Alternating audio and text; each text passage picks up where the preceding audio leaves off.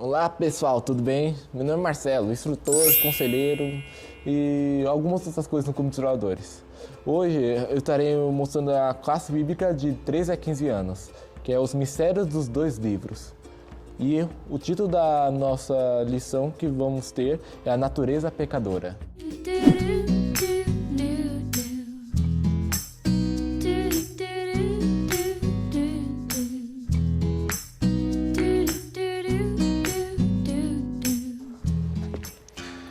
Será que o etíope pode mudar a sua pele?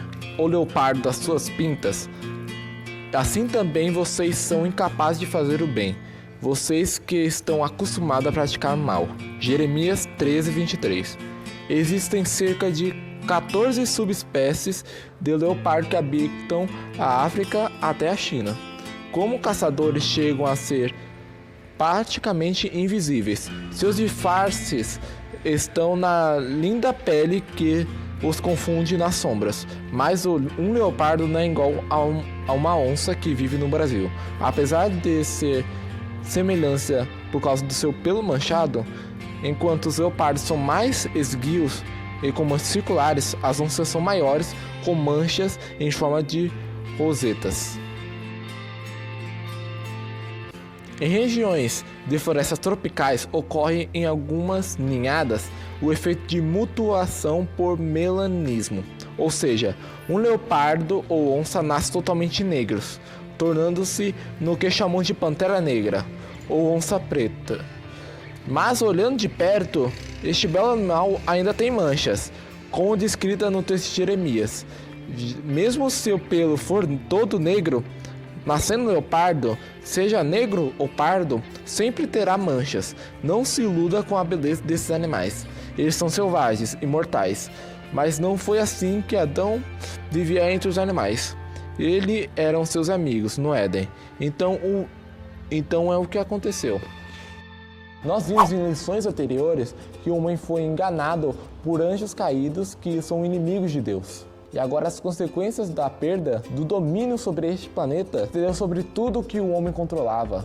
Ou seja, quando o homem pecou e comeu fruto, ele passou todo o domínio dele sobre os animais, plantas, tudo para o inimigo de Deus. Agora vamos para nossas perguntas. A primeira, por que os animais são tão ferozes? E por que o homem é violento, corrupto e egoísta? Agora vamos para as opções. Primeira, Deus enfureceu os animais e por isso castigou eles. Segunda, o homem, devido ao pecado, foi sujeito à morte e como ele era senhor da criação, a morte passou a todos os seres que estavam sob seu domínio. Ou os animais evoluíram lutando uns com os outros. Vamos agora para um tempinho para vocês saberem qual é a pergunta certa.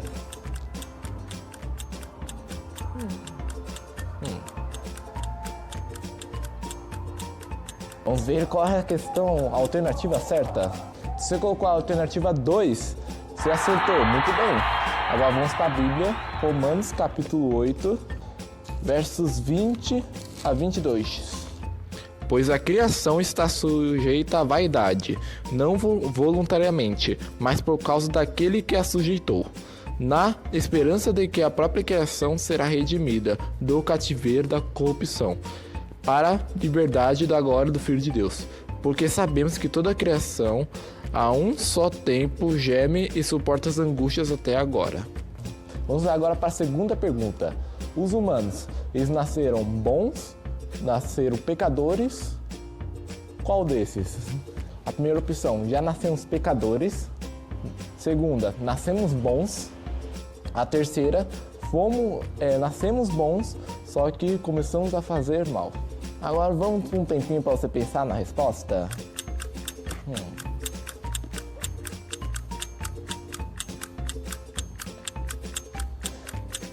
Acabou o tempo, agora qual a resposta? Você falou que nascemos pecadores, você está correto. Então vamos para Salmos, capítulo 51, no verso 5. Que diz o seguinte: eu nasci na iniquidade, e em pecado me concedeu minha mãe. Então nós nascemos pecadores. Parabéns quem acertou essa pergunta. Vamos agora abrir a Bíblia em Romanos 7, versículos 18 e 19. Porque eu sei que em mim, isto é, na minha carne, não habita bem nenhum, pois o querer o bem está em mim, não, porém, o efetuá-lo. Porque não faço o bem que prefiro, mas o mal que eu não quero eu faço. Então, esses dois versos que mostramos em Romanos, que foi escrito em Romanos aqui por Paulo, ele falou que nós nascemos pecadores.